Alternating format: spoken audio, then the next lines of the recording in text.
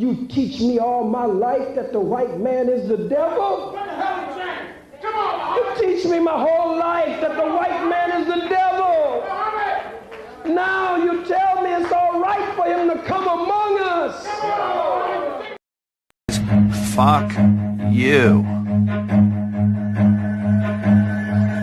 War.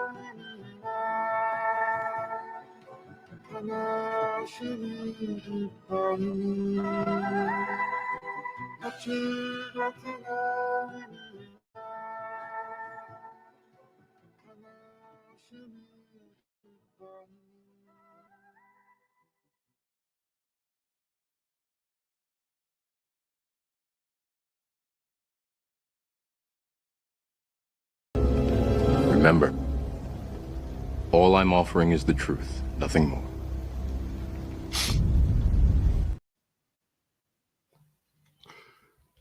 Welcome, welcome, welcome. We are back for another show. Thank you once again. Once more into the breach, as they say. You know, I had a whole other show in mind. Maybe that's why I took my time doing it. I wasn't really feeling it like I thought I was. And you know, this thing that we do here it's very much art. You know, there's a little science involved, a little technological skill, you know, just a dab, you know, a little research, fine-tuning your argumentation and whatnot, right? You know, a little science involved, but there's very much an art to it. And if you're just not feeling it, you know, the art's gonna suck, right? And so I was really about to do something lame and corny and talk about women and the gender war and gender politics and all that. But yeah, like I said, I just wasn't feeling it. And you know, that was pretty good. I'm glad I didn't run that show. Maybe we'll do that another day. I don't know. We might come back to that. But I'm actually a lot more interested in politics right now. Global politics today. Today, we're going to talk about global politics today. Ladies, you're off the hook. I was this close. I was this close. It was going to be about women for the whole night. But you know what? That shit's not really my thing. Man, fuck all you hoes. Fuck you and your mammy and your granny too.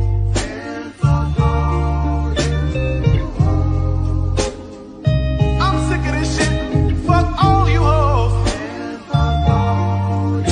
Don't give a damn, bitch, what you wanna do.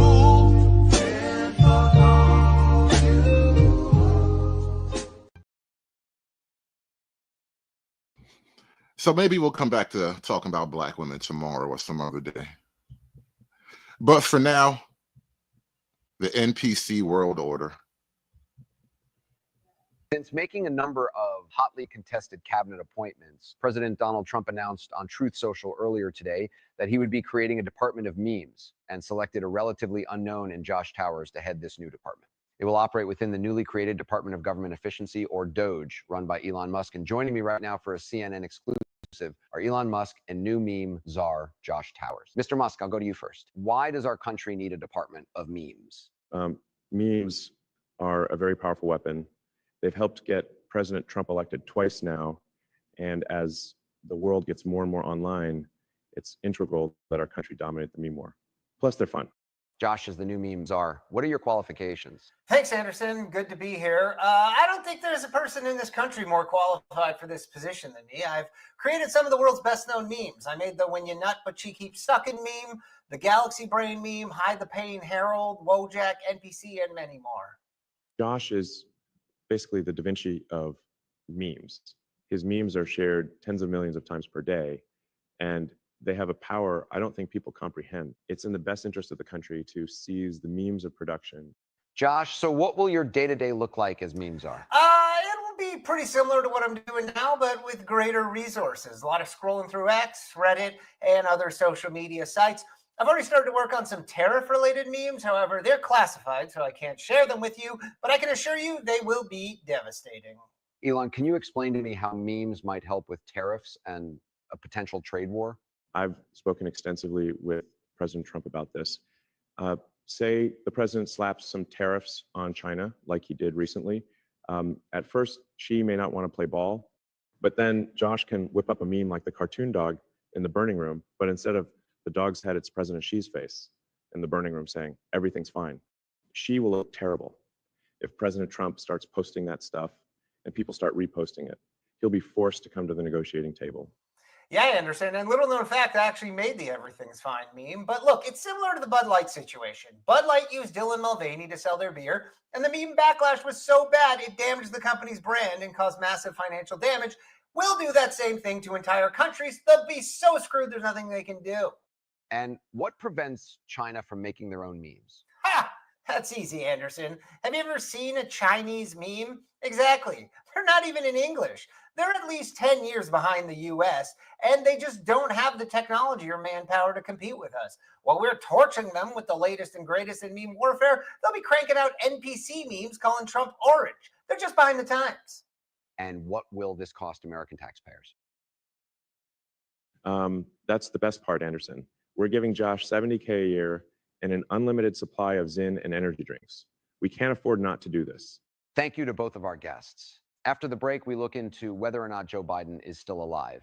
The answer might come as a shock to some of you. If you like that, make sure to subscribe and follow for more. I'm Donald Trump, and I approve this message.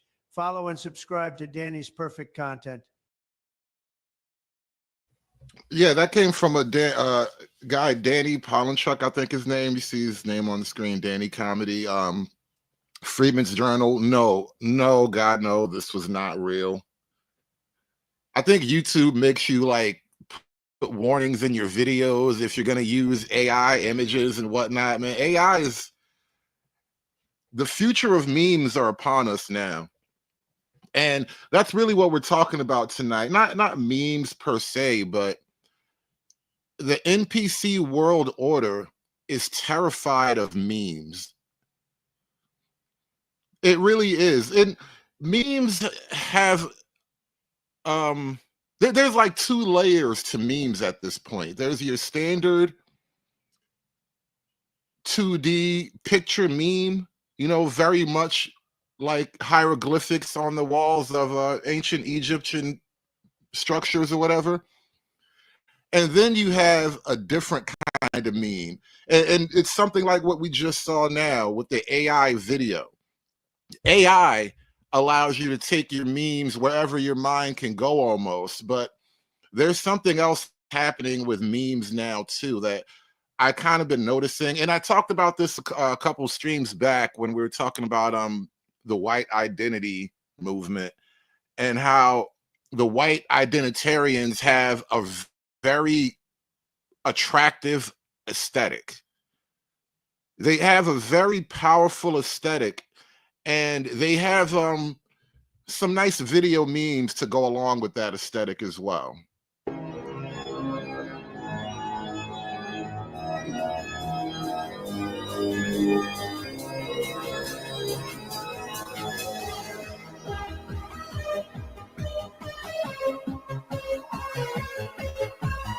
Sing along if you know the words.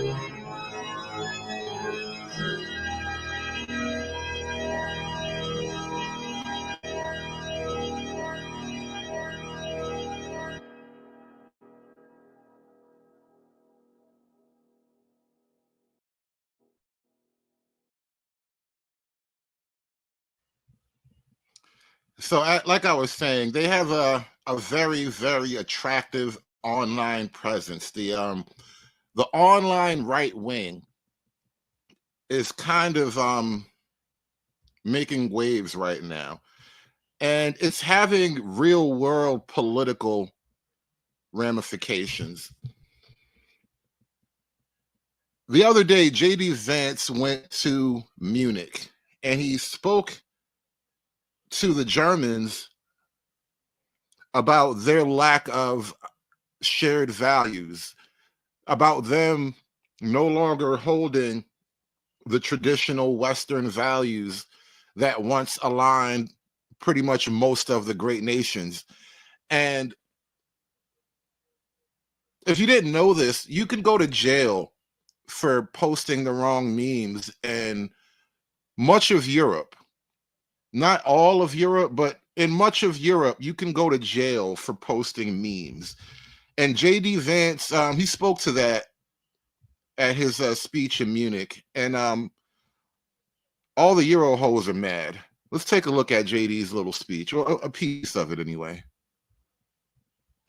And unfortunately, when I look at Europe today, it's sometimes not so clear what happened to some of the Cold War's winners. I look to Brussels, where EU commissars warn citizens that they intend to shut down social media during times of civil unrest. Again, Tucker Carlson and his trolling interview with Piers Morgan, it really set off quiet reverberations. It's becoming a firestorm. Is this what it looks like when you've won a war? When you won the last major world war, is this really what you're supposed to look like? Is this what you become after winning the last major world war? These are very deep existential questions that apparently bring great shame to all the European leaders and whatnot. The moment they spot what they've judged to be, quote, hateful content.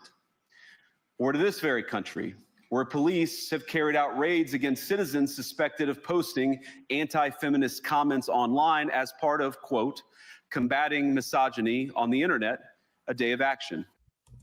If you call a fat girl on the internet, the German police will come arrest you. I swear to God. I swear to God, it'll be just like that meme. What was that? Inglorious Bastards? He's gonna be like, you're hiding Chads under the basement floor, aren't you? Like they're gonna come for you. They're gonna arrest all your bros if you call a fat girl in Germany. Doesn't matter if she's actually fat. Doesn't matter if she's clinically obese. What are they called in Germany? The Stasi? They will come get you. And they will put a little golden star on your chest to make you wear it. Star that says, I hate fat bitches. I look to Sweden, where 2 weeks ago, the government convicted a Christian activist for participating in Koran burnings that resulted in his friend's murder. Oh God, Sweden. We don't even want to talk about Sweden. I hear they have grenade fights in Sweden.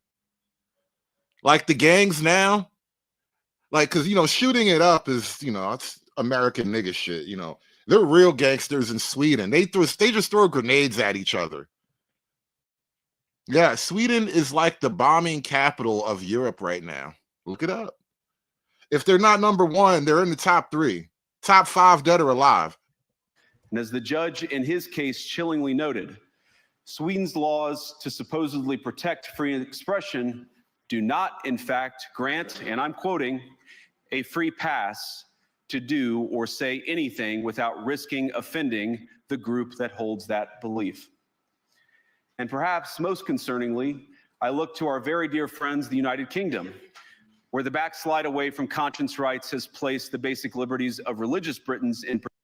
Yo, the UK has been under Islamic terror threat for like the last 20 years now.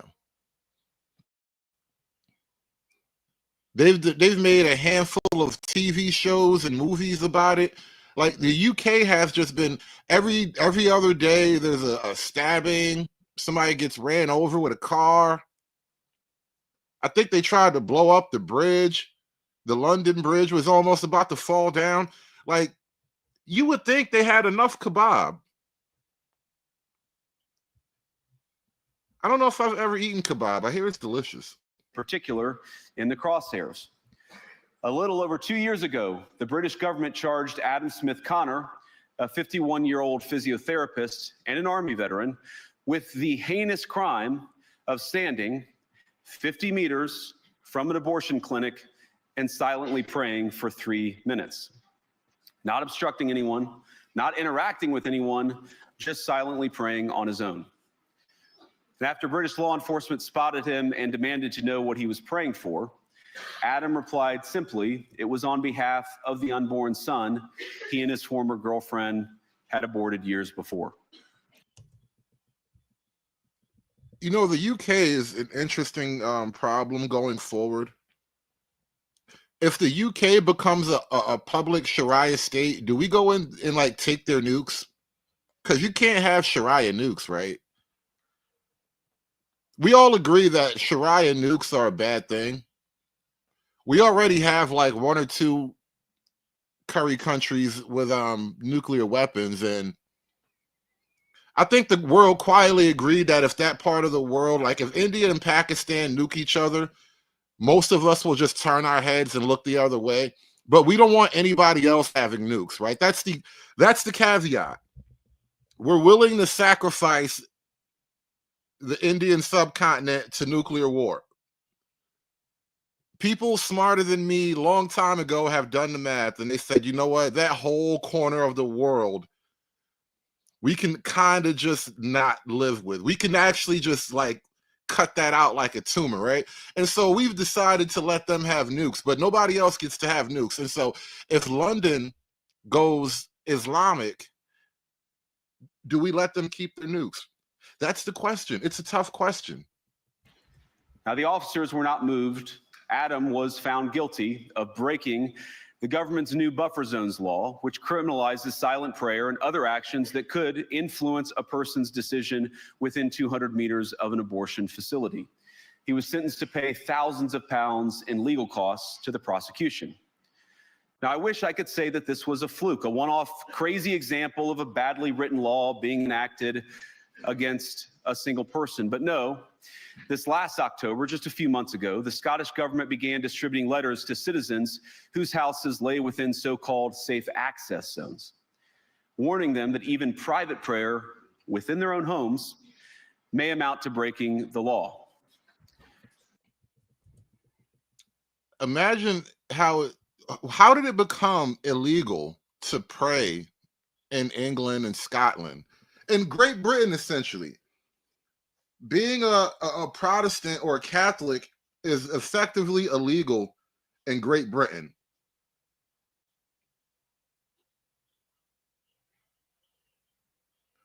If you understand the history of Great Britain, that seems impossible. Like you have to go back almost like 1,000 years to a time before they were Christian.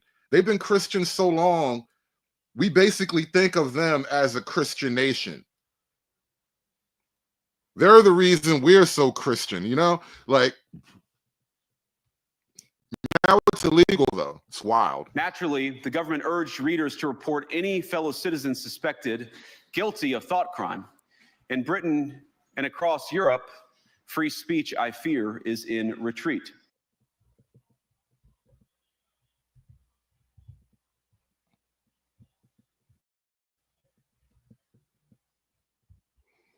Free speech is in retreat.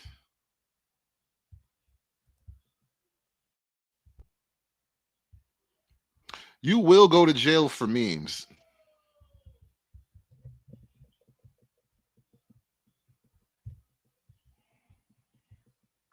And the second, well, it sounded to a lot of these allies of the United States like they were being described as adversaries or autocrats. It was really the focus here, two things. One of them was migration, and the second was what Vice President Vance calls censorship.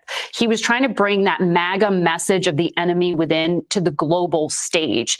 And specifically, he says that European leaders aren't showing that they have strong democracies when they sideline controversial groups. He went out of his way to meet with the head of the AfD. That's a political party that's under investigation in Germany because it's so far right and for potentially conducting. AfD is basically German MAGA. They're very German, nationalistic, anti-immigration movement. And, you know, of course, they get accused of all kind of racisms and everything. But it's a trend. The online right is having real-world right-wing consequences. And the NPC World Order is, they're kind of crying about it. It's actually kind of sad. To meet with the head of the AfD. That's a political party that's under investigation in Germany because it's so far right and for potentially conducting extremism. And he mentioned that car ramming in Munich recently conducted by an Afghan migrant as an example of what he says is out of control migration. He says that's proof you've got to bring immigration skeptics into the government. Well, it sounded to a lot of these allies of the United States like they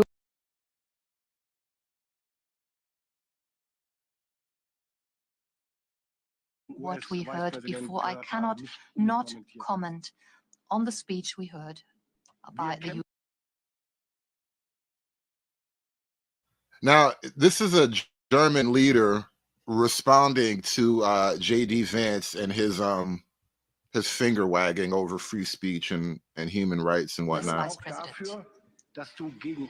We fight for your right to be against us. That is the motto, one of the mottos of the Bundeswehr, and it stands for our democracy. This democracy that was just called into question by the US Vice President, and not just the German democracy, but Europe as a whole. He spoke of the annulment of democracy, and if I understood him correctly, he compares the condition of Europe with the condition that prevails in some authoritarian regimes. Ladies and gentlemen, this is not acceptable.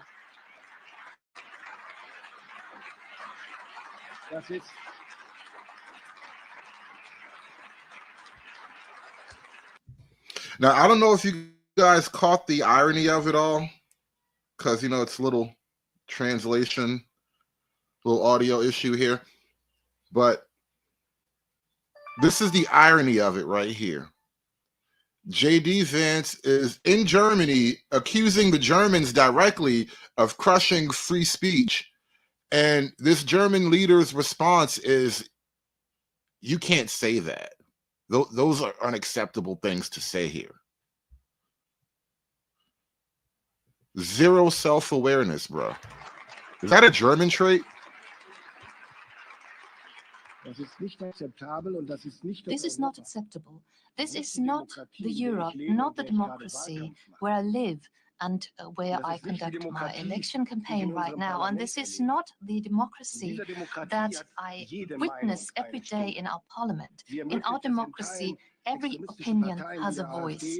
And it makes it possible for parties that are partly extremist, such as the AfD, and they can campaign just as any other party. This is democracy.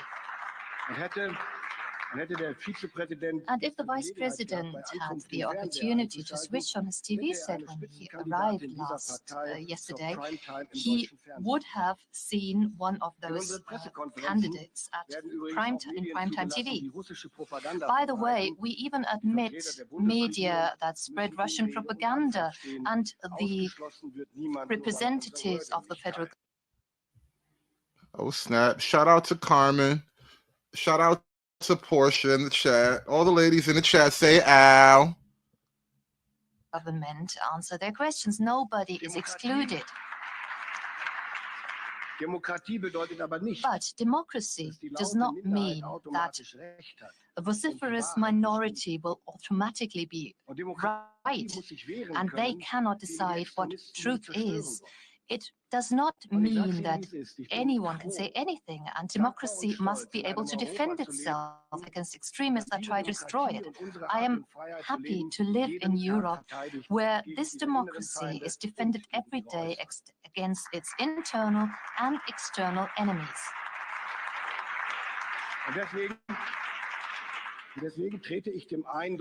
And therefore, I would like to explicitly contradict and oppose the impression that Vice President Vance suggested here, that our democracies oppress and silence minorities. We not only know against whom we defend our countries, but also It's actually not that your democracy silence minorities. And this is actually very typical of sort of a leftist response. You respond to something that was never the charge. Your democracy is crushing your own native German population. Right now, there are conversations, you know, what does it mean to be British? What does it mean to be German? And they're having all these conversations with the effort of saying that any Turk, any Somali, any Nigerian can be a European. And the overall effect will be to kind of erase or basically permanently damage the actual demographic makeup of Europe. I was thinking about this quote from Muhammad Ali. There's a video clip going around. He was talking about interracial dating. And you guys know I'm not, you know, really, I don't have a huge opinion on interracial dating either way. I'm kind of lukewarm about it. But I like the principle that he laid out, because I generally think that typically people are going to get within their group, and most interracial pairing will be negligible. It's not that big of a deal. But Muhammad Ali made an interesting argument. He said, if you get all the Blue Jays mixed up with the Redbirds and the Blackbirds, it won't be no more Bluebirds and no more Redbirds and no more Blackbirds. And I'm paraphrasing badly, but that's essentially what he was pointing out, how, you know, there is a uniqueness that must be appreciated or respected, you know. And I'm kind of on that train. also what we defended for. It's for democracy, for freedom of opinion, for the rule of law, and the dignity of each and every one, ladies and gentlemen. Ladies and gentlemen, but unlike the Vice President, I would also like to. All right, and this is the conversation. Hood Bigotry in the chat, he says, nah, anyone can be British. Only native Angles and Celts can be English, Welsh, or Scottish. You realize you just named the 3 ethnic populations that make up Great Britain, right? Minus the Irish. I don't know if they count as Welsh or Scottish or whatever, but those are the basic ethnic populations of Great Britain. And so if you don't fall under any of those major categories, how can you be British? If this is the question, I mean, if this is your point that anyone can be British, but Britain is only made up of the English, the Welsh, the Scottish, and the Irish, how can you be British if you're not of those people?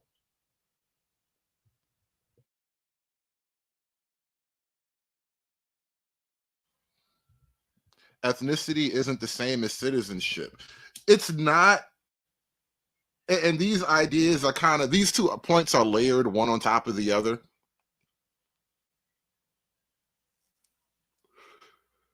Because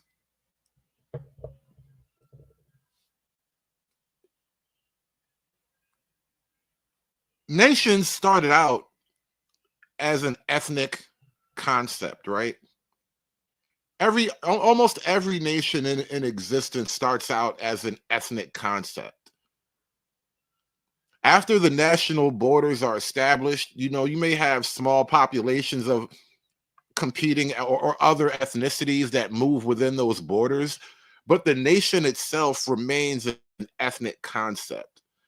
And in the modern era, and perhaps with great intent, you know, this was a thing done, not a thing that just happened, but it's become less of that, especially in the West, right? And hey, Pax Americana, hey, what's going on? You might appreciate this conversation tonight.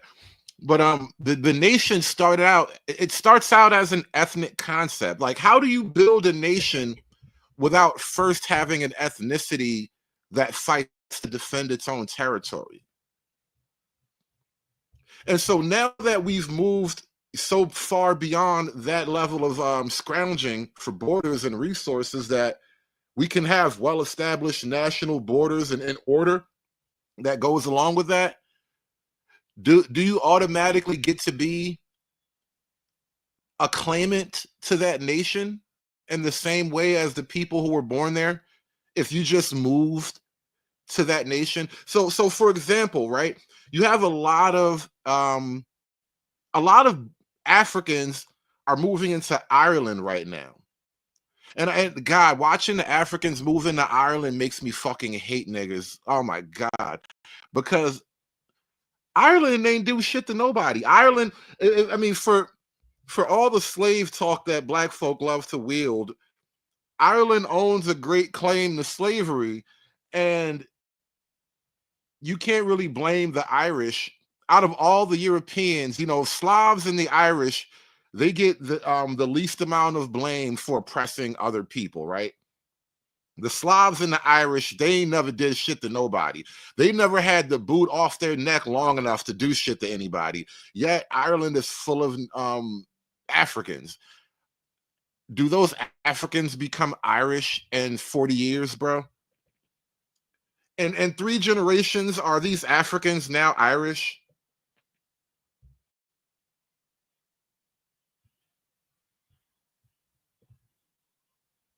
These are the existential kind of questions that are being thrown around right now, and they're mostly being thrown around by the so-called online right, because, you know, these are the only people brave enough to entertain these no ideas.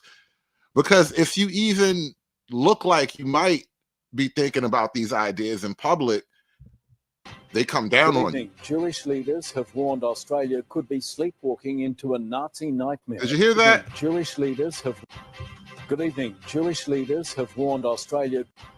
Good evening. Jewish leaders have warned Australia could be sleepwalking into a Nazi nightmare after video emerged of white supremacists holding a boot camp at Elwood Beach. The group, which included children, ran military-style drills in an exercise that's caused anger and outrage. Laura Turner has this exclusive report. A relaxed afternoon at Elwood Beach, parkgoers seemingly unaware that next to them are white supremacists in training. The public display angering the Jewish community. These losers came and did a workout in the park and then tried to play tough by putting up a racist symbol. Among them, Jacob Hersand, the man... Can't even work out in the park? A bunch of white guys who just really love Australia, they can't even work out in the park? What's going on here? And, you know, we used to always think of Australia as like the almost retarded cousin of the UK. You guys, you know, you're pretty nuts out there, right? But respectable, though. You guys are fucking crazy, but respectable, though.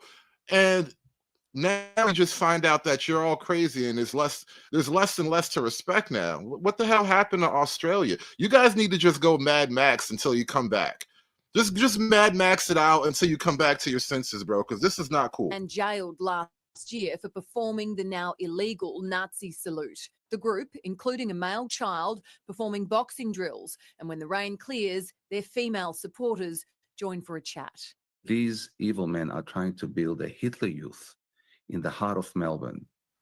Should frighten and concern. They're coming for the youth. You guys remember when that one choir and it was like the San Francisco Gay Men's Choir, and they actually put out the video. It was a whole song with editing and choreography and whatnot, and they literally sung, "We're coming for your children." Every Australian. What the group was doing isn't illegal. There appeared to be no swastikas on display and no Nazi salutes being performed. Even so, some Jewish leaders say the mere existence of the group itself should be outlawed. Any movement that celebrates, glorifies, or participates in the celebration of neo-Nazism and white supremacy. We introduce laws to outlaw the Nazi salute, and if we need to increase the number of symbols that are outlawed so that they can get the clearest of message that that silly flag that they tried to hold up in the middle of our beautiful suburb isn't acceptable. You know, when they kept talking about a Nazi flag, I could have sworn it was a swastika. That's like some kind of cross right there. I don't even know what that is supposed to mean. State government was scathing. It's a blatant, outrageous display publicly to gain attention. But Dr. Abramovich warns this could be more than that. If Australia doesn't wake up to this ticking time bomb, we will wake up and realize that something terrible has happened. Laura Turner, 9 News. Portia says, "I'm so glad I'm an American." Yeah, how long is that going to last, Portia? I mean, you guys lived through the jab season, guy. You guys remember the jab season? And they made everybody wear a face diaper.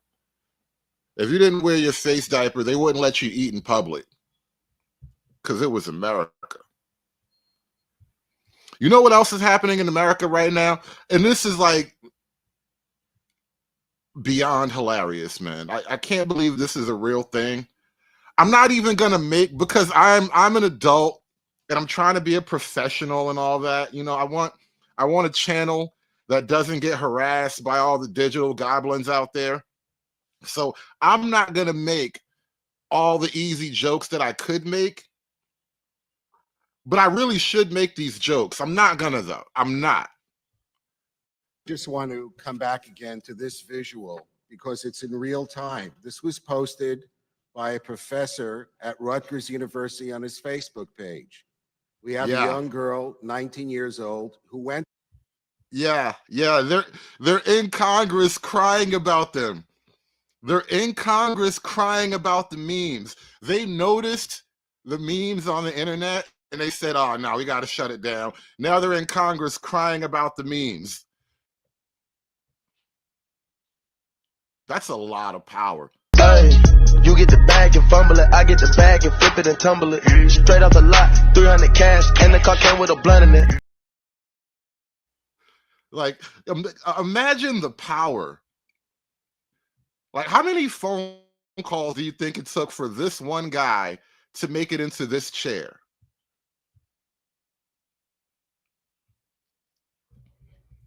I'm curious though, like, all right, if you're that guy and you're like, "Oh, these memes are insulting my people, harumph, harumph. We gotta put a stop to these memes, harumph, harumph. I'm gonna go to how do you go from like your house angry to Congress, right? How many phone calls do you think it took?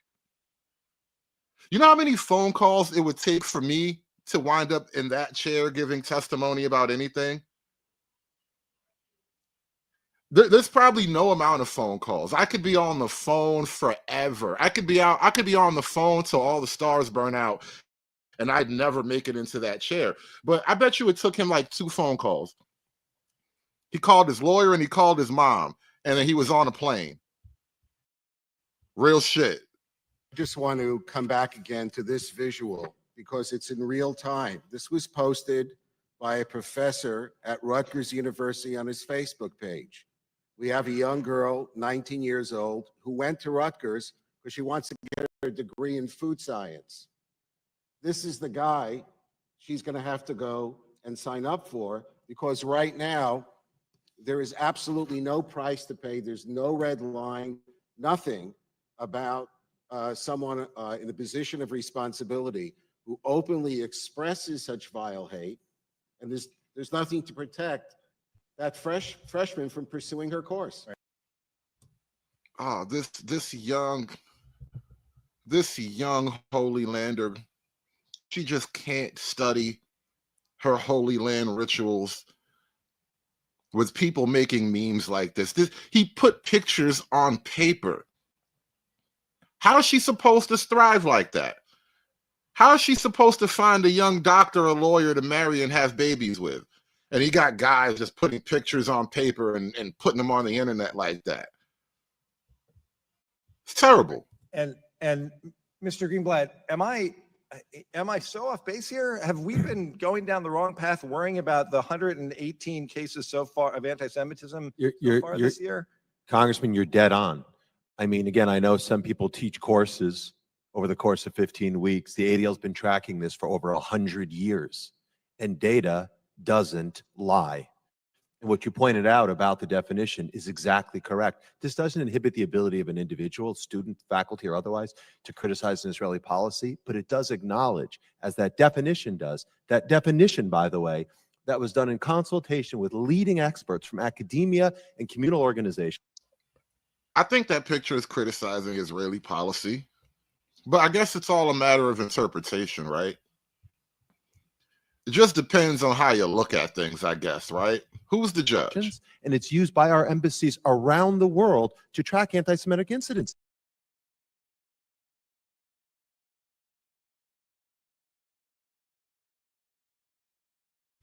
So yeah. We're complaining about memes in Congress now, because that's how we roll. Well, he was standing in a country where free speech was weaponized to conduct a genocide. And he met with the head of a political party that has far-right views and some historic ties to extreme groups. The context of that was changing the tone of it. And you know that the censorship was specifically about the right. No, I have to disagree with you. Free speech was not used to conduct a genocide. The genocide was conducted by an authoritarian Nazi regime that happened to also be genocidal because they hated Jews and they hated minorities and they hated those that they had a list of people they hated, but primarily the Jews. Yes. Free speech can conduct a genocide. Yeah. They teach that in an advanced game. You have to actually ace all of the lower level game theory courses, and then they teach you how to how to genocide with free speech. Not a lot of people actually make it to the advanced level game theory class, but yeah, that's what they teach. Bet you didn't know that. There was no free speech in Nazi Germany. There was none. There was also no opposition in Nazi Germany. They were a sole and only party that governed that country. So that's not an accurate reflection of history. Well, he was standing in a country where free speech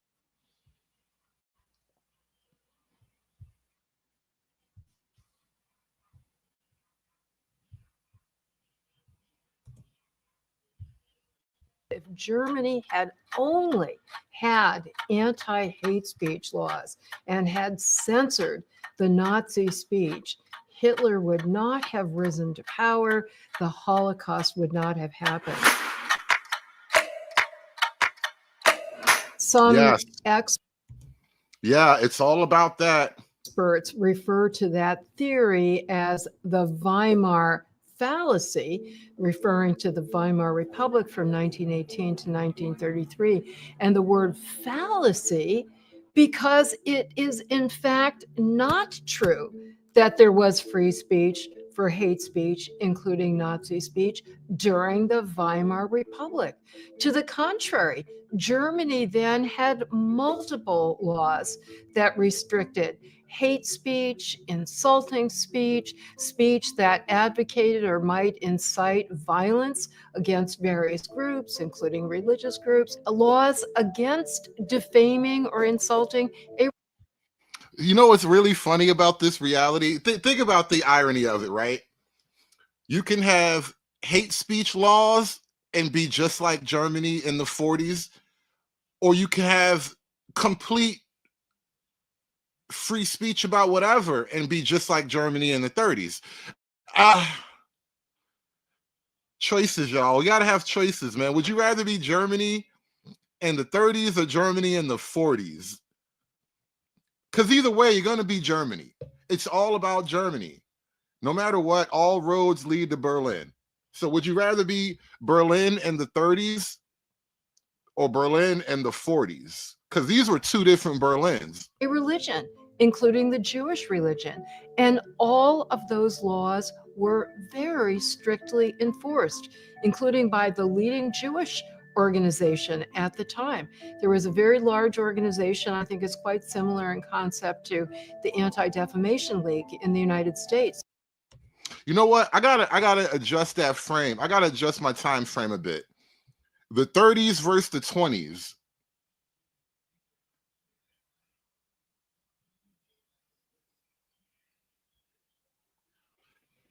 Because I think Adolf, he rose up somewhere in the 30s.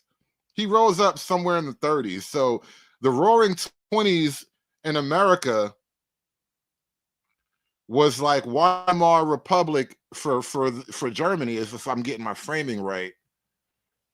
So, you know, while we had flappers and speakeasies, they had like child pornography and mother-daughter professional teams and whatnot. And then the guy shaved his mustache and wrote a book.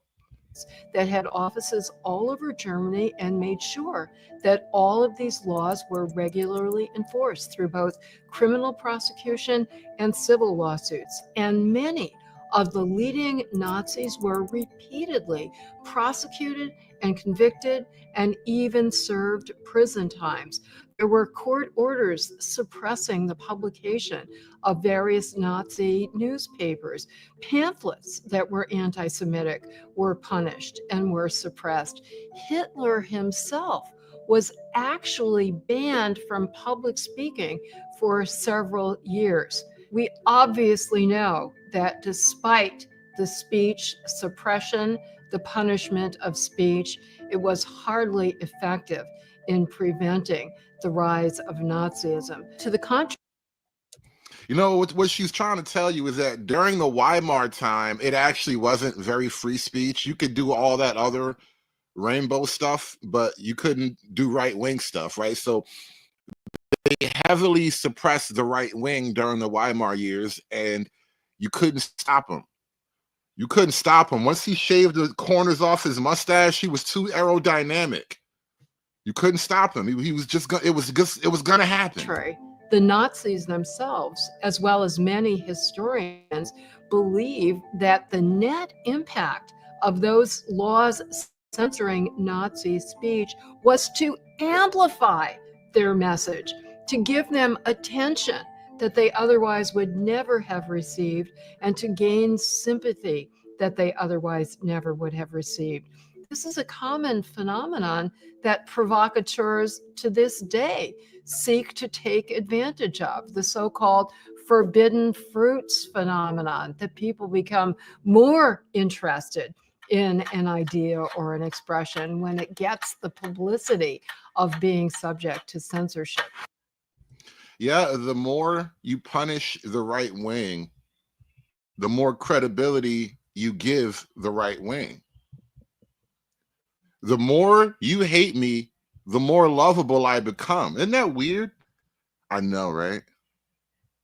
All right, so the headline here is presidential historian says President's Day is ridiculous. We should scrap it. What do you mean? It is a little bit silly. I mean, we have had some real duds, so I'm not sure we really want to be celebrating all presidents.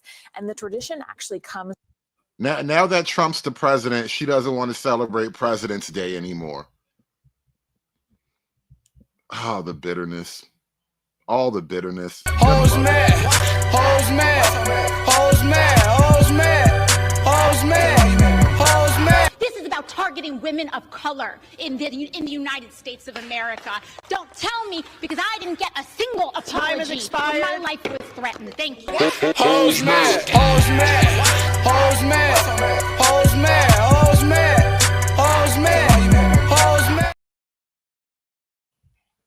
Do me a favor, guys. Like, share, and subscribe. If you're watching on any of my YouTube channels right now, you can support the show on Venmo at The Hoodservative, or you could go over to Rumble and you can support the show directly with a Rumble chat. And speaking of Venmo, someone tossed me a Venmo donation the other day that just totally went unnoticed. And so now I want to shout out to my man Keelan with the $5 Venmo donation the other day. He said, bald-headed lies, you have no power, 304. This is an older donation, but I'm sorry I forgot. I didn't even notice it when it came in. But I appreciate everybody supporting the show, man. Thank y'all so much for coming through tonight. I need that money. All right, so the headline here is presidential historian says President's Day is ridiculous. We should scrap it. What do you mean? It is a little bit silly. I mean, we have had some real duds, so I'm not sure we really want to be celebrating all presidents. And the tradition actually comes from celebrating birthdays, which is a celebration that we inherited from celebrating the king. And I'm just not sure that that's exactly what we want. Yeah, I mean, I'm not sure that we necessarily want to celebrate the people. I think that we want to have a certain respect for the office. I totally get that. And some have done extraordinary things, but by celebrating all of them, I do think it causes us to think of the president as somehow other, when in reality, they are a citizen just like everyone else. So you mentioned this earlier in the show, the idea that Trump posted something just over the weekend where he quoted Napoleon Bonaparte-esque, saying, "He who saves his country does not violate any law." It feels like exactly the example of what you're saying we should push against. Yeah, that's exactly right. I mean, I think if we think of a president as someone to celebrate. It's interesting. Trump put out that Napoleon quote, and philosophically that is a very dangerous quote, because it's effectively giving yourself license to do whatever it takes, right, by any means necessary. It's a very Malcolm X quote, right? Imagine Trump as Malcolm X. That's really a dangerous thought, right? What if Trump becomes the Malcolm X of white people, right? That is a very dangerous concept, but that's what he's flirting with. And there is a weird power that can be harnessed in this whole defend my people. Excuse me. There's a, had to sneeze, y'all.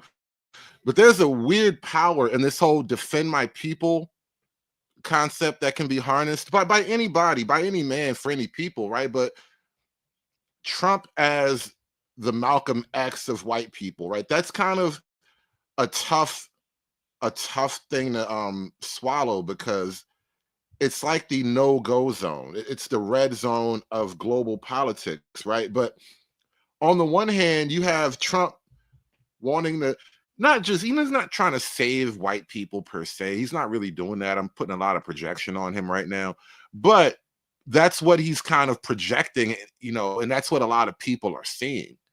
And quietly, they want to kind of blunt that movement. And the weird thing, though, we always have choices in life, and I'm here to show you the two realities. You know what I mean? You can have Trump here to save his people, or you can be like Germany, where they'll arrest you for posting memes. If you've ever dared to read the comments on a social media post, you might start to wonder if civilized discourse is just a myth. Aggressive threats, lies, and harassment have unfortunately become the norm online, where anonymity has emboldened some users to push the limits of civility. In the United States, most of what anyone says, sends, or streams online, even if it's hate-filled or toxic, is protected by the First Amendment as free speech. But Germany is trying to bring some civility to the World Wide Web by policing it in a way most Americans could never imagine. In an effort, it says, to protect discourse, German authorities have started prosecuting online trolls. And as we saw, it often begins with a pre-dawn wake-up call from the police. The story will continue in a moment. Could you imagine they kick in your door at 4 o'clock in the morning because you sent Pepe memes on the internet? It's 6:01 on a Tuesday morning, and we were with state police as they raided this apartment in northwest Germany. Hier ist die Polizei, wir mussten bitte mal mit Ihnen reden. Inside, 6 armed officers searched the suspect's home, then seized his laptop and cell phone. Prosecutors say those electronics may have been used to commit a crime. The crime, posting a racist cartoon online. At the exact same time across Germany, more than 50 similar raids played out. Part of what prosecutors say is a coordinated effort to curb online hate speech in Germany. What's the typical reaction when the police show up at somebody's door and they say, hey, we believe you wrote this on the internet? They say, in Germany we say, das wird man wohl doch mal sagen dürfen. So we are here with crimes of talking, posting on internet, and the people are surprised that this is really illegal to post these kind of words. You know, the worst part about modern Germany is that they brought back the Third Reich, but now it's just gay and woke now. That, like, the Nazis are gay and woke now. And I kind of liked them better when they were just like low-key racist. You know what I mean? They seemed a lot more respectable. Now we got this shit. You don't think it was illegal? No, they don't think it was illegal. And they say, no, that's my free speech. And we say, no, yeah, free speech as well, but it is also has its limits. Interpreting those limits is part of the job for Dr. Matthias Fink, Svenja Meininghaus, and Frank Mihai Lau, a few of the state prosecutors tasked with policing Germany's robust hate speech laws online. After its darkest chapter, Germany strengthened its speech laws. And again, this whole thing, the whole NPC World Order, it's all about Germany. You know, people kind of, it's worth wondering if we hadn't won that war, would we be better off? Because we wouldn't have to deal with this shit, right? That's where people are right now. The more you make this guy the enemy, but you guys are actually turning out into something far worse than he ever would have been. You know, I said this a bunch of times when it first happened. The Nazis would have never killed Peanut the squirrel. I can't think of anything. There's no quote from Mein Kampf that you can say, look, yeah, see, this is how the squirrel would die, right? No, there's nothing in Nazi literature that leads me to think Peanut the squirrel would have just been killed. But, you know, we all have decisions to make. I think I'd rather have a world where Peanut the squirrel doesn't just get murdered, right? Prosecutors explain it. Oh, and shout out to Bumpkin in the chat. Shout out to Bumpkin with the $20 Rumble chat. He said, here's some white people money. Oh, God. You know, the white man's dollar is actually like $1.25 in Negro money. Yeah, look it up. The German Constitution protects free speech, but not hate speech. And here's where it gets tricky. German law prohibits any speech that could incite hatred or is deemed insulting. It's illegal to display Nazi symbolism, a swastika, or deny the Holocaust. That's clear. Is it a crime to insult somebody in public? Yes. It is. And it's a crime to insult them on. It's a crime to insult somebody in public. I feel like the last 4 years of my life have been illegal in Germany. I am probably a German criminal. Gang, that's fucking gangster shit. I'm getting stripes and retirement. I am a German criminal. I didn't even know that. Pastor says, stop the prostitution for cash apps, my nigga. Hood, no, Pastor. You don't understand. I'm not even on Cash App, Pastor. I'm a German criminal. They don't let me get Cash App money. I'm a real ass nigga, Pastor. You get a paycheck. You get an actual paycheck. It probably got your social security on it. I'm a German criminal. I can't even get cash apps, my nigga. You not even with this real nigga shit, bro. You don't even know, man. Regular ass normie shit. I gotta get this Rumble money. I'm on the low with it, bro. I'm on the low. I get it from the streets, out the mud. Online as well? Yes. The fine could be even higher. Yeah. If you insult someone in the internet. Why? Because in internet, it stays there. If we are talking. Nah, Portia, I've been thugging. I've been thugging in these digital streets and they took my Cash App. They sent me some kind of, after like a week of harassing them, they sent me some kind of little cryptic message about don't be bullying people on online. I'm like, what the fuck you mean? How you bully somebody on Cash App? Y'all all gay. Y'all all so gay. Like, I was really, really having a problem with Cash App because I be thugging in these online streets. I'm a German criminal, Portia. I can't travel to Munich. I can't travel to Berlin. They're going to lynch me in Liechtenstein. Talking here face to face, you insult me, I insult you, okay, finish. But if you're in the internet, if I insult you or a politician, that sticks around forever. Yeah. The prosecutors explain German law also prohibits the spread of malicious gossip, violent threats, and fake quotes. If somebody posts something that's not true, and then somebody else reposts it or likes it, are they committing a crime? Yeah, in the case of reposting, it is a crime as well, because the reader can't distinguish whether you just... Portia, I haven't had a Cash App in probably 2 months now, Portia. I don't know when you sent me money. now this shit's becoming an incident. I haven't had a Cash App in almost like, it's probably been 2 months. I know it's been longer than a month now, Portia. Yeah. They might have kept your money, baby. We're going to have to get in on that class action lawsuit, man. That's the only way to get your money back. That is the only way. We're gonna have to get in on a class action lawsuit against Cash App. Tell them we need our shit. We need our weed. I don't wear it, but we need it.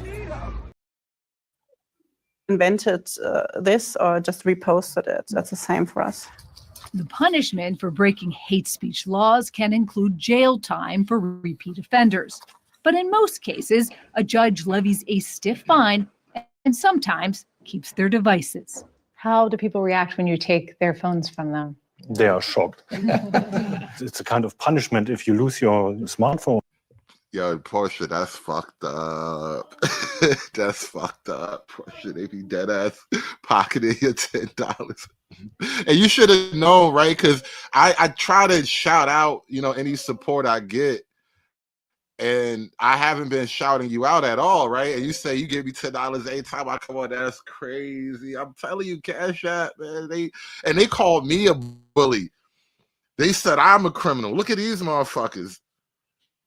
Like for real. They called me a bully or something, and now they got me shoved in a locker. They just taking my lunch money. You see? Oh man. Anyway, bitching about it ain't gonna help. You gotta catch me on Venmo now. I'm on the low now. It's even worse than the fine you have to pay. Because your whole life is typically on your phone now. The application of Germany's decades-old speech laws to the online world was accelerated after an assassination fueled by the internet sent shockwaves through the country. In 2015, a video of a local politician named Walter Lubka went viral after he defended then-Chancellor Angela Merkel's progressive immigration policy. People with a very right political worldview, they started hating him on the internet. They started insulting him. They started to incite people to kill him. And that went on for about 4 years. Online. Yes, until in 2019, so 4 years after he gave that speech, he was shot in his head and instantly dead. So that was one of the cases where we see that online hate can sometimes find a way into real life and then hurt people. After a man with links to neo-Nazis was arrested, Germany ramped up the creation of its online hate task forces. There are 16 units across the country, each with a team of investigators. Frank Michael Lau, a career criminal prosecutor, leads the Lower Saxony unit. How many cases are you working on at any time? In our unit, we have about 3,500 cases per year. 9 investigators work out of this office in a converted courthouse. Lau says they get hundreds of tips a month from police, watchdog groups, and victims. You must see a lot of crazy stuff. Yes. You know how many sexual assault cases they could have been chasing down right now, bro? That's the wild thing about Europe. Because, you know, we were talking about Britain recently, and they had like the grooming scandal, and, you know, Tommy Robinson's back in jail. They don't want to let him out now. I think they threw I think they literally threw him in a box, bro. Not the whole, like, where you get put in, you know, segregation or whatever. They put Tommy in a box with, like, no light. And apparently Germany has the similar problem with their values too. Like you can touch and harass and do all kind of god awful things to all the girls. Hell, even the boys too. Quiet as kept. There's a couple of dudes in these streets getting pinned down and molested, and Germany won't do any of those, you know, investigations, right? But if you post an anti-Curry meme, they will send men with automatic weapons to your house. They will send the SWAT team to your house. They're going to send that little police tank to your house, though. Shit's crazy. The worst of the internet is wrapped in red case folders, stuffed with printouts of online slurs, threats, and hate. This is a criminal offense. So What does that say? Kletterpark for Flüchtlinge. So they're suggesting that the refugee children play in the electrical wires. Okay. In this case, the accused. Hey, Portia, I'm complaining to Cash App right now because I still got the app on my phone because I still like to fuck with them every now and then. And they act like they don't know what they don't know what you talk about, Portia. They said they don't know about no money. They literally asked me, can you describe this issue in another way? They said they don't know shit about this money, Portia. You see how funny they get? Just had to pay 3,750 euros. Wow. It's not a parking ticket. Yeah, not a parking ticket. To build their cases, investigators scour social media and use public and government data. Lau says sometimes social media companies will provide information to prosecutors, but not always. So the task force employs special software investigators to help unmask anonymous users. So this is suggesting you kill people seeking asylum here. Lau says his unit has successfully prosecuted about 750 hate speech cases over the last 4 years. But it was a 2021.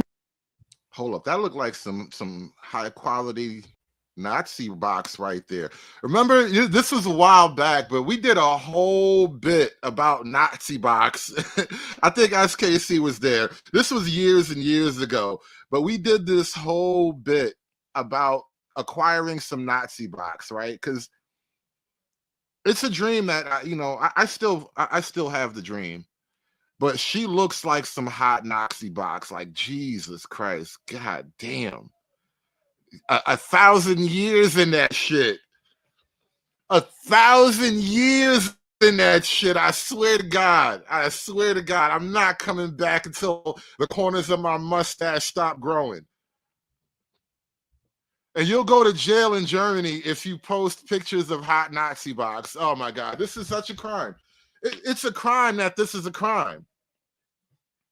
Why is this a crime? You can't be ashamed of your past. Y'all used to have bad bitches with machine guns and giant kegs of beer. Now you're just like weird and gay NPC people. It's a shame what they did to Germany after the war. I'm not even making jokes. I mean, literally what they did to Germany in the couple of days after the war. Oh, you have no idea what the Germans went through. It was terrible. It was all terrible.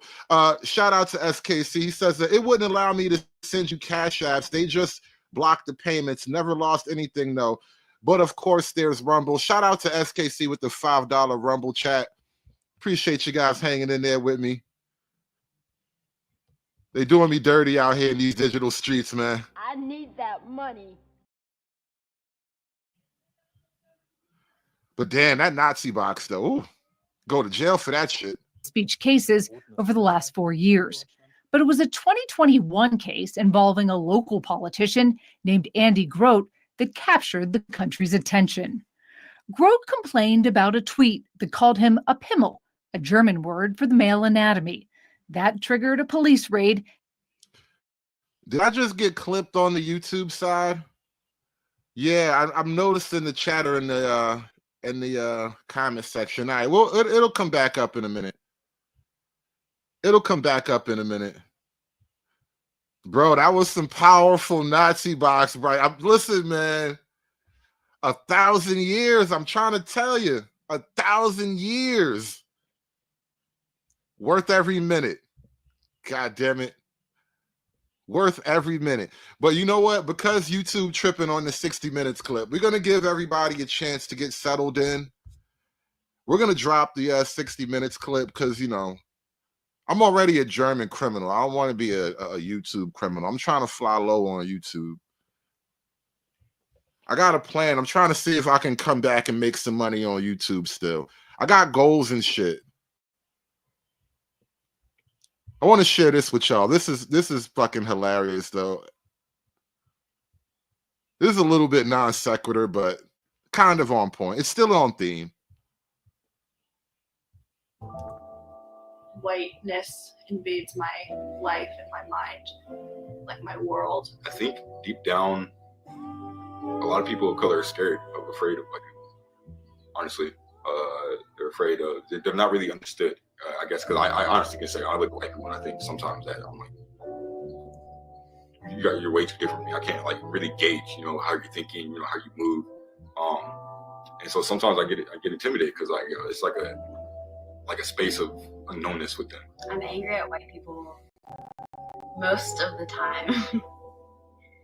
Most of the time. I know that when white people look at me, there's almost always a projection that's going on, even if they like me. I don't like to talk about whiteness that much because I don't want to like create that category that's like being perpetuated all the time, like, which I know like can be problematic, but yeah, I don't want to give whiteness more power, so I don't want to be like, yeah, white people have all the power in the world. I think the reason why we don't murder white people is because they are protected, in a sense.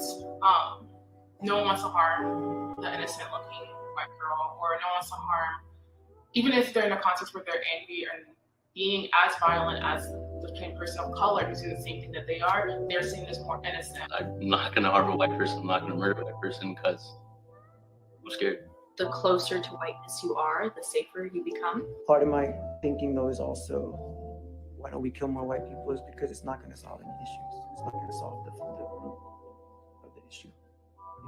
You know, we can kill all the white people, and there's, like we were just talking about, hella black and brown people have internalized whiteness. What we have to eradicate is whiteness. You know, this whole notion of white genocide. We don't want to kill white people. We want to kill whiteness. When you see a white person, you're in fear automatically because they fear you. I think about white people when I doubt myself. And I realize that I don't need to doubt myself like the way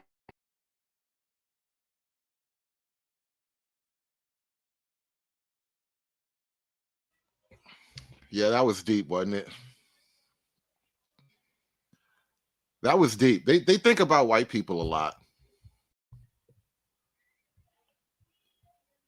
Shout out to Bumpkin again in the Rumble chat with the $20 Rumble chat for the 1,000-year box Reich. Yeah, man, 1,000 years in it. 1,000 years. Can you imagine 1,000 years in the box Reich? All right, I don't want to get distracted. I'm getting distracted. God damn it. Shout out to Bumpkin, man. Do me a favor, y'all. Smash that like button for me, y'all. Hulk! Smash!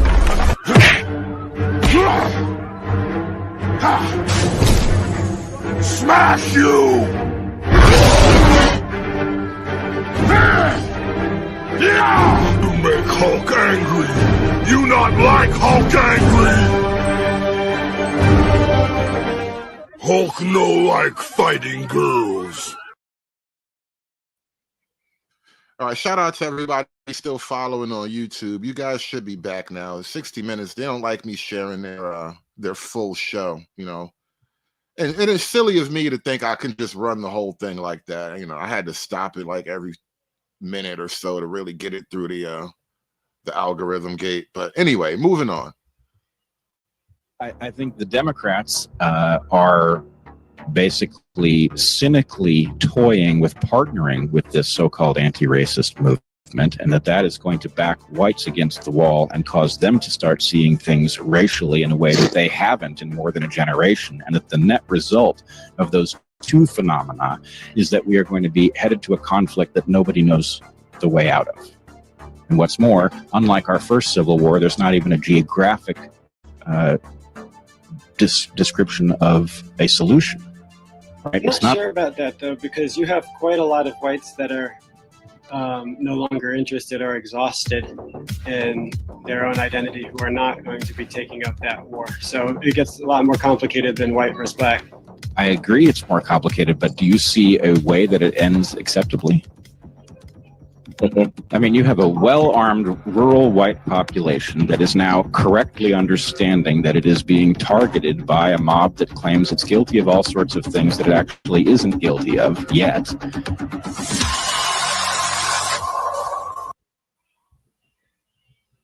Whoa, that was a rough image.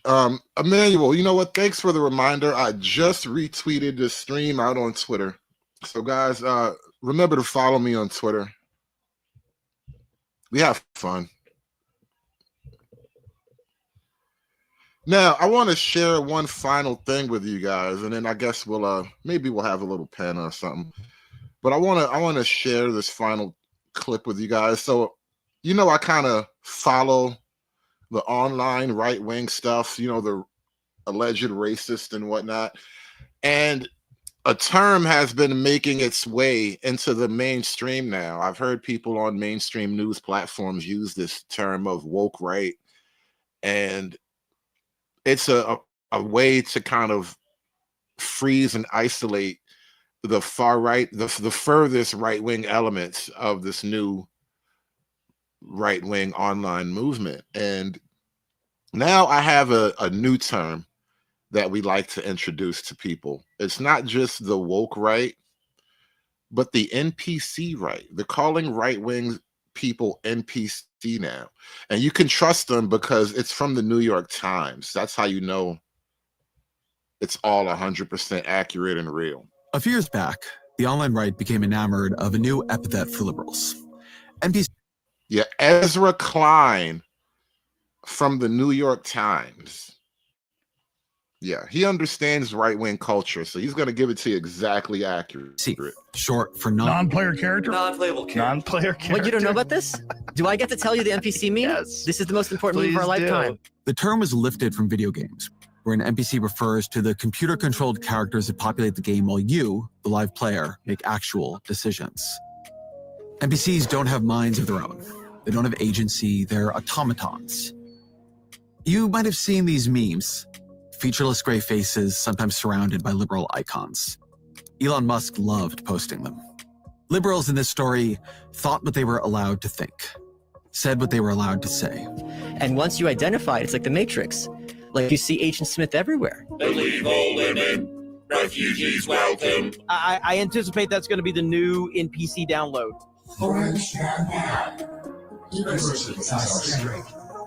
Like any good insult, the NPC meme served a dual purpose. It contains a kernel of truth about its target. We liberals can be conformist. We can be too afraid to offend. We can be overly deferential to institutions. We can be cowed by the in-group policing that we inflict on ourselves, and a little quick to take up whatever the cause of the moment is.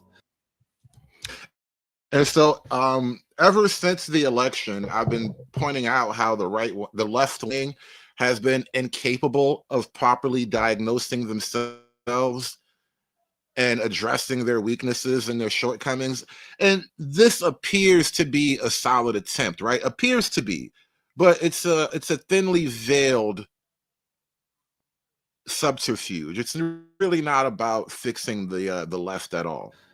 But the real purpose of the NPC insult was self-congratulation. The right was full of live players. You can see it in their willingness to offend. What is a woman? Can you tell me that? I'll say what I want to say, and if the consequence of that is losing money, so be it. Their mistrust of institutions. Are you a conspiracy theorist? Now, I want to take these things one at a time. This issue of being unafraid to offend, right? The left wing has no problem being offensive, right? When the left wing accuses people of, bullying, they become bullies themselves. Jab season was a perfect example of that. Everybody wanted to become some kind of medical bully during the jab season, right? If you go against tenets of the left-wing culture, you face online harassment campaigns, cancel culture in itself.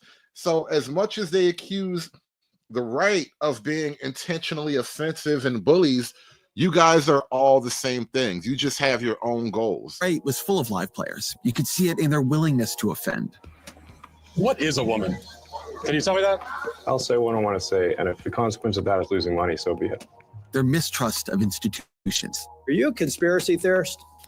That is a pejorative, Senator. That's the left wing has long mistrusted institutions until they became in charge of all the institutions. Why is the left wing in this unholy alliance with major mega corporations like Apple and whatnot?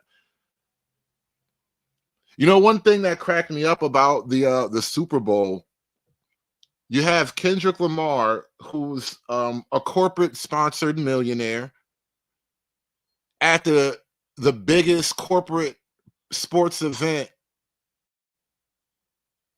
of the year, doing revolution themed dances and theatrics while performing a diss track against another corporate sponsored millionaire. This is your left wing. Your revolution is being televised and programmed by the people who you say you used to say you hate these people. Now you kind of low-key work for them, but we're gonna ignore that. applied to me, mainly to keep me from asking difficult questions of powerful interests. I'll say it again. Do your own research. Their eagerness to debate what liberals would not even say out loud. It depends on what. Now that's perfectly true. That's 1,000% true. Being on the right wing more often than not means being willing to engage in conversation, if not outright debate. And sometimes we'll just have a full-on argument because you're gay and retarded. You mean by equality? Just shut up and obey. I just reject that completely. This became part of the Trumpist right's self-definition. They were the nonconformists. We are now the party of freedom and the party of speech. The coalition that wasn't made of automatons. In fact, we are just the party. And that's what America needed. Live players. And here we are in 2025. And at this point, I'm willing to concede at least half the argument. American politics does have an NPC problem, possibly a lethal one. Right. And I watched this earlier, and so I was waiting for the left hook. Because I felt the sting. He was lining me up with the jabs, and I was getting all lulled into the pocket, and I'm waiting for the left hook, and bam, here comes the left hook. But it's not on the left. I can make a generous case for a lot of what the Trump administration is on some level trying to do, or at least saying they're trying to do. Government is too gummed up by process and protocol. It is too hard to hire and fire in the civil service. Even if I agree with the goals of many DEI programs, and I do, many of them don't achieve those goals. Some of them make the problems they seek to fix worse. There hasn't been rigor at looking at which is which and getting rid of the bad ones. There is actually a good argument for auditing USAID. We probably should convert more of what that agency spends to cash grants and direct public health support. And yes, how the government manages software procurement and builds and maintains digital services is hopelessly cumbersome. Now, if you're familiar at all with deceptive sales techniques, this is the part of the sale where they acknowledge all of your complaints and they look you deeply in your eyes and they try to moisten their eye, just get a little watered up so you can feel that emotional connection. And then they sell you the exact same bullshit that they were always going to sell you anyway. Sales techniques, yo. I was saying all this before the election too. Look at his eyes. Look at his eyes. Including, he's looking deeply into your soul right now. I was saying all this before the election too. All of it is well known, including among liberals. Many liberals have spent a lot of time trying to think about how to fix these problems. And so it is a genuine failure of Democrats that they did not put more energy into making the government faster and better and more responsive when they were in charge. How the hell did the Biden administration pass $42 billion for broadband in 2021? Let us agree, in the 21st century in America, high-speed internet is not a luxury, it is a necessity. Yeah, this Doge thing, it's the worst scandal in Democrat history since slavery. The Democrats haven't been looking this bad since they lost all their slaves. Like, I mean, you know how big of an L that is? And now we're at an L of equivalent mass, right? That's crazy. And have basically nothing to show for it by November of 2024. That is a Wawa station back there behind me. They recently got $733,000 to build an EV charging station. Unfortunately, all you see right now are gas pumps, though. How did they get $7.5 billion for Wawas? I like Wawas, but everybody's a crook. Electric vehicle chargers, but only build a few hundred of them by the end of their term. It seems that everything is going a little slower than anybody thought. Why is it all so slow? Democrats became champions of a government that often didn't work. And that's part of the reason Trump won. Not the only reason, not the biggest reason. It's not as important as the price of eggs. But when people feel the government isn't working... Hey, dirty folks, where you been, man? I haven't noticed you in a couple of streams, man. You know niggas, when you disappear unexpectedly for more than a day, you start thinking you get locked up and shit like that, man. I've had that question a bunch of times in my life. It started to run across my mind, like, what happened to this nigga dirty folks, man? The party promising change beats a party rallying in defense. When Elon Musk says that the election gave Republicans a mandate for reform, he's not totally wrong. You couldn't ask for a stronger mandate from the public. You have a majority of the public voting for President Trump. We won the House, we won the Senate. The people voted for major government reform. There should be no doubt about that. But look at how Musk justifies that mandate. The proof is that Republicans control the House and the Senate. So why not write some bills? Sure, Republican majorities are narrow, but bipartisanship here, it wasn't out of the question. Democrats were defeated and ready to deal.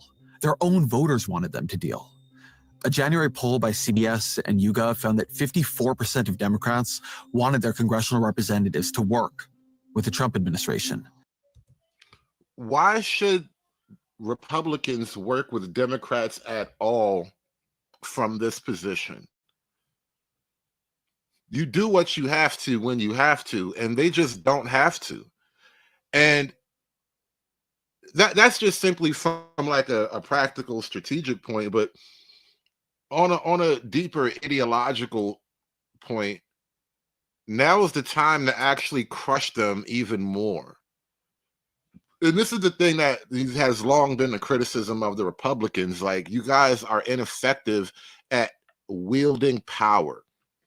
What Trump has done, and you're going to hear Ezra complain about this, but he's wielding power without actually going through the legal process yet. He's using the power at his disposal, and it's having great effect right now. 1 month later, February, and now 65% want all-out opposition. That is a lot of political capital the Trump administration burnt in just 1 month. And for what? I've covered Washington for decades now. There's gray in this beard. If this was about policy, Trump and his team would have gone through Congress. They could have crafted much larger reforms using a wider set of powers, and they wouldn't be facing down the courts in the way they are now. But what they wanted wasn't policy. They didn't want to go line by line through USAID and figure out what worked and what didn't. They didn't want to think through new civil service regulations, balancing ethics and independence and responsiveness. What they wanted was power. What Donald Trump wanted was power. And so they're trying to remake our system of government, not our laws. And they've identified a weak point in the system. And now they're trying to drive a flaming Cybertruck through it. That weak point is Congress. And the reason the Trump administration might succeed in taking Congress's power is that they have turned congressional Republicans into NPCs. The vulnerability in the system here goes way back. In Federalist 51, James Madison set out the challenge he and his colleagues faced in writing the Constitution. He said, "In framing a government which is to be administered by men over men, the great difficulty lies in this. You must first enable the government to control the governed, and in the next place oblige it to control itself." So how does a government control itself? The founders' idea was that it controls itself through internal competition between independent branches, each of which wants to protect its own power. Ambition must be made to counteract ambition, Madison wrote. But one branch was unquestionably designed to be stronger than the others. Congress controls the money. Congress can overturn presidential vetoes. Congress can impeach federal judges, cabinet officers, and the president. Why was Congress made so strong? Because Congress reflects a second, and in some ways the more important and enduring form of fracture the founders imagined. Our political system was designed to fracture power by place. He's really trying his best to like rally the leftist troops right now, all the progressive foot soldiers and whatnot. He's really trying his best. And I'm not feeling it, Ezra. Senators are elected by states. The House is sliced up into geographically bound districts. That ultimately is what members of Congress are supposed to represent, the particular needs of a particular group of voters in a particular place. And so power would be fractured. It can never nationalize into just one force. The framers of the Constitution got a lot right, but they got a lot wrong. And Carmen, that's exactly it right there. I love how you put that. That was perfectly framed. He has zero battle-ready energy. And you know, the other day we were talking about how the left wing just doesn't really have masculinity. You know, they're basically a bunch of pussies as far as the as far as men are concerned, right? I forgot who that guy was. Clay Travis. Yeah, Clay Travis was his name. He was making that kind of point, and yeah, that's it right there. They have zero battle-ready energy. And now you have all these feckless people complaining ad nauseum. one of the big things they got wrong was visible almost immediately. The founders imagined a political system free of political parties. But for much of American history, their second assumption held. Geography kept American politics fractured. It kept power fractured because it kept America's political parties fractured. Yes, we've had Republicans and Democrats for a long time. But in the 20th century, that two-party system was really a four-party system. The Democrats were split between the liberals we know today and the Southern Dixiecrats, a sort of internal party whose primary goal was upholding segregation. The Republicans were split between conservatives as we know them today and Northern liberals. It is astonishing from our vantage point to really wrap your mind around this. But it's true for much of the 20th century. To say you were a Republican or a Democrat didn't reveal whether you were a liberal or a conservative. In 1973, Senator Joe Biden opposed the Roe v. Wade decision. Around that same time, President Richard Nixon proposed a universal health care bill and created the Environmental Protection Agency. The time has come for man to make his peace with nature. Politics was different then. The parties were different then. You know, I was having this debate, and I'm going to throw the link in the chat in a few minutes, and we're going to move this whole thing on the Rumble. But I was having this little debate online about the pendulum swinging, and somebody made this argument of, well, it should only go back to, like, I don't know, the 80s. No, they said like the late 90s. So don't go back too far. Just go back to the late 90s. And I'm like, bro, the late 90s is literally where the Matrix is set, right? You realize that was the world that the Matrix tried to deliver to us as like, this is your peak human evolution. We're going to put you right here. You guys were numb enough. You guys were dumb enough and numb enough by the late 90s that this is the ant farm universe we're going to create for you guys, right? And I'm like, no, you got to push that pendulum back even farther. And you know, the pendulum going backward doesn't necessarily mean we're going to go back to some kind of racial segregation or, you know, separate water fountains and shit like that. That would be wild. Just the logistics on separate water fountains just seems crazy to me. But it does mean we kind of have to socially move back in terms of our previous value system. And that's a hard concept to grapple with, because a lot of people automatically associate it with like racial strife and shit like that. But no, that was politics and communists trying to get on the news. We actually have to get back to more practical, basic small town values, right? That is the make America great again. At its heart, and in my estimation, that's really what makes America great again. Because parties that contained so many different places and ideologies could not act in lockstep. And so bipartisanship was common. There's warm applause from members of both parties as the president sets to work. The Civil Rights Act of 1964, yes, it was pushed by a Democratic president, but congressional Republicans were crucial to its passage. Souvenirs go to Republican leader Everett Dirksen and Democratic whip Hubert Humphrey. When Nixon was refusing to spend money that Congress had appropriated, a policy known as impoundment, Congress acted to protect its power.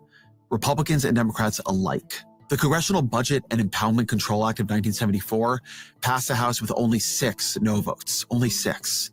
It passed the Senate without a single vote in opposition. When Watergate began coming to light. Good evening. I want to talk to you tonight from my heart. It was ultimately a delegation of congressional Republicans that persuaded Nixon to resign. Senator Scott and I have just concluded a visit with the president. He invited us down this afternoon to disclose to him what we feel the actual conditions in the House and the Senate are relative to his situation. But that was then. Here in 2025, President Trump is impounding money that Congress has appropriated in clear defiance of that impoundment bill that passed nearly unanimously. He's trying to erase agencies that Congress created. And while the courts are standing in his way, Congress is doing nothing while Trump takes away their power. The reason USAID is going to cease to exist as it did before is because it should. At the end of the day, though, he's got to freeze everything in order to get his arms around it. Just give him a little time. We don't see this as a threat to Article 1 at all. We see this as an active, engaged, committed executive branch authority doing what the executive branch should do. It's astonishing. Republicans in Congress could demand that Trump cut them in. They won this election too. This is their job. It is their job to write these bills. Agreeing with Trump's policy aims need not mean agreeing with his power grab. The most powerful branch of government, the branch with the power to check the others, is supine. It is not that it can't act to protect its power. It's that it will not act to protect its power. This is a non-player Congress. What we are seeing. They're calling, the NPCs are calling everybody else NPCs now. The worm is turning. It's so weird, this timeline, the state of events. Like the NPCs got like a weird programming update. And now it's like, I'm not an NPC, you're NPC. Is a collapse of the constitutional structure and the nationalization of the two parties. If Democrats controlled Congress right now, yeah, Congress would be a check on Donald Trump. Since Republicans control it, it is not. What matters is which party controls it and how that party acts.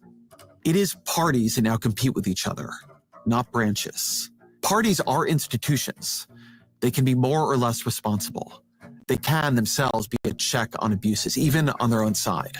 I already talked about how Republicans were a check on Nixon. In 2005, President George W. Bush nominated his White House counsel, Harriet Miers, to the Supreme Court. I asked the Senate. Z says they're going to be calling us gay soon. Z, I hate to break it to you, but Conservative Inc. is pretty gay, actually. I wish it wasn't this way, but this is why I kind of have my issues with Conservative Inc. Conservative Inc. You notice they really like talking to hoes and transgenders. I noticed that. Michael knows, he had this video clip going around with that ex-porn star girl. Like when she first picked up the cross, he was like, oh my God, she's hot and she's Christian. Let's talk to her. And then he did another video with her recently. And with her husband and all. And right after the video with her husband, she puts out this like titillating cooking video with weird faces and stuff, being all perky. Like it was a little odd. It just seemed a little odd. And now he's got this video clip going around where he's talking to a whole room full of transgenders. Ben Shapiro did the same thing, talking to a whole room full of transgenders. Conservative Inc., we have our own conservative transgenders in the MAGA movement. Technically, it's weird. There's that one lady MAGA transgender person, Blair White. Alex Jones, I think Alex Jones banged Blair White. The whole thing is just really weird and strange, bro. Conservative Inc. is it's not what you think it is, man. I'm trying to tell you, it's really not what you think it is. It's not what I thought it was. Like, let me own that too.